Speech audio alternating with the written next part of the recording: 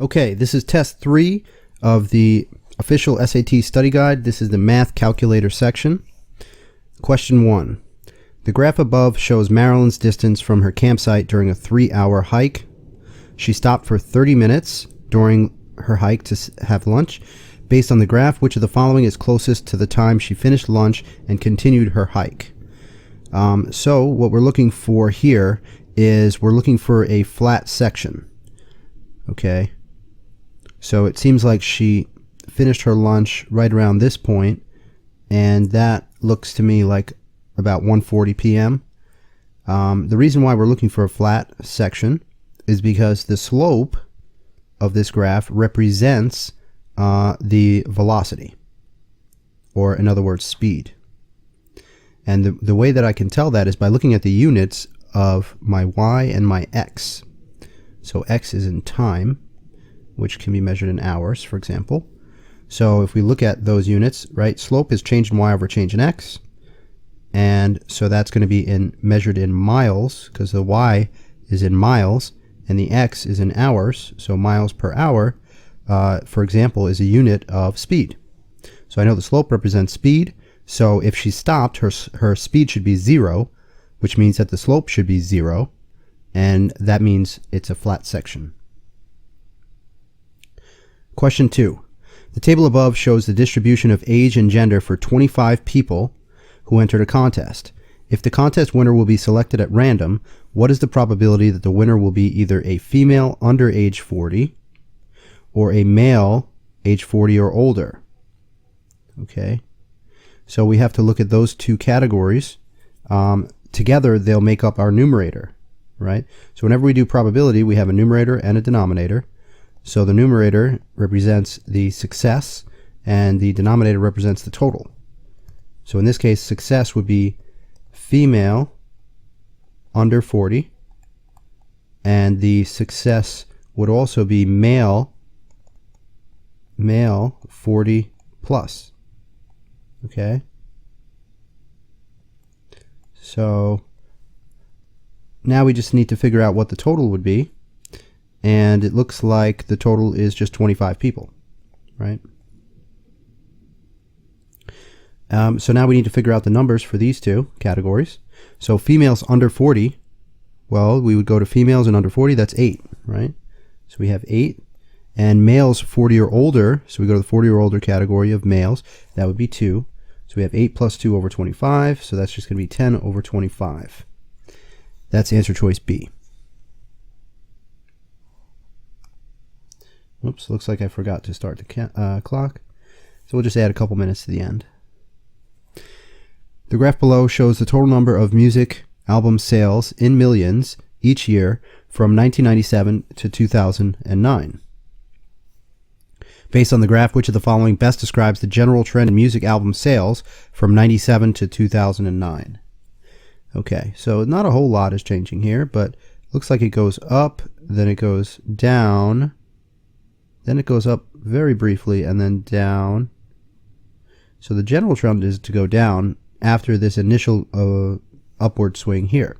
So I'd say it goes up, and then it goes pretty much down. Okay.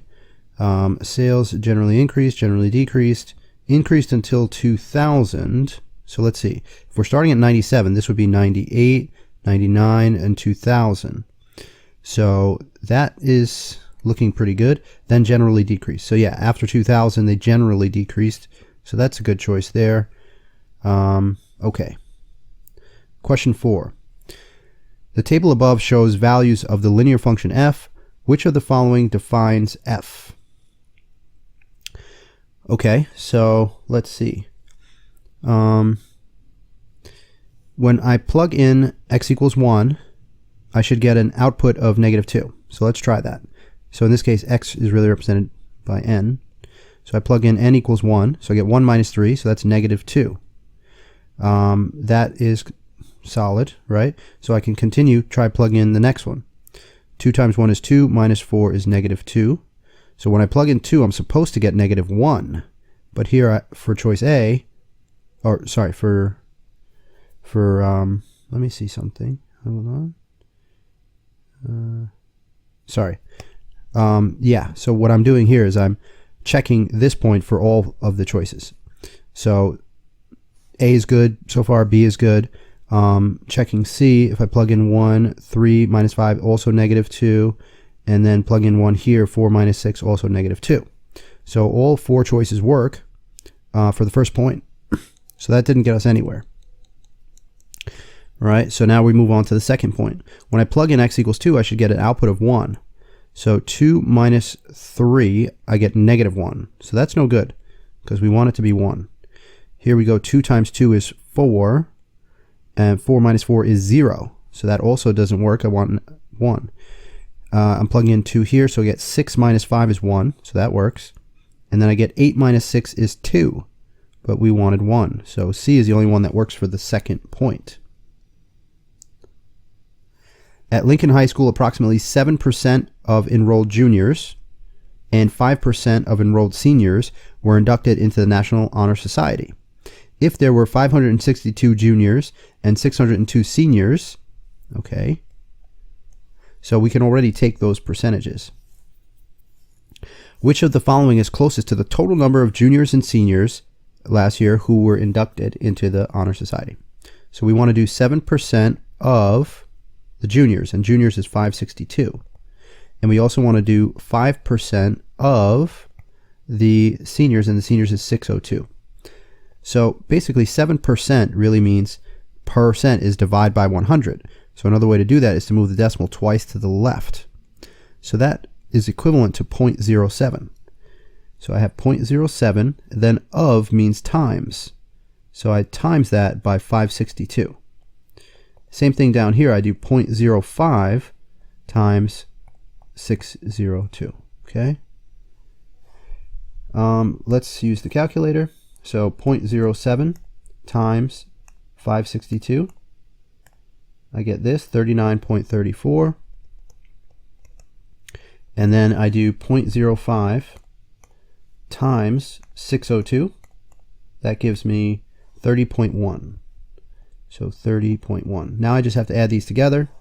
So I add 39.34, and that gives me 69.44. Okay, so it's approximately 69 people, choice B. Which of the following is the sum of the two polynomials shown above? So all we have to do is add the like terms, right? Or I should say combined. So 3x squared and 5x squared is 8x squared. Negative 5x, negative 2x is negative 7x, right? They're both on the same negative team, if you will.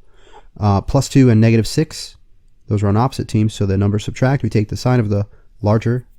So we get 8x squared minus 7x minus 4. Answer choice A.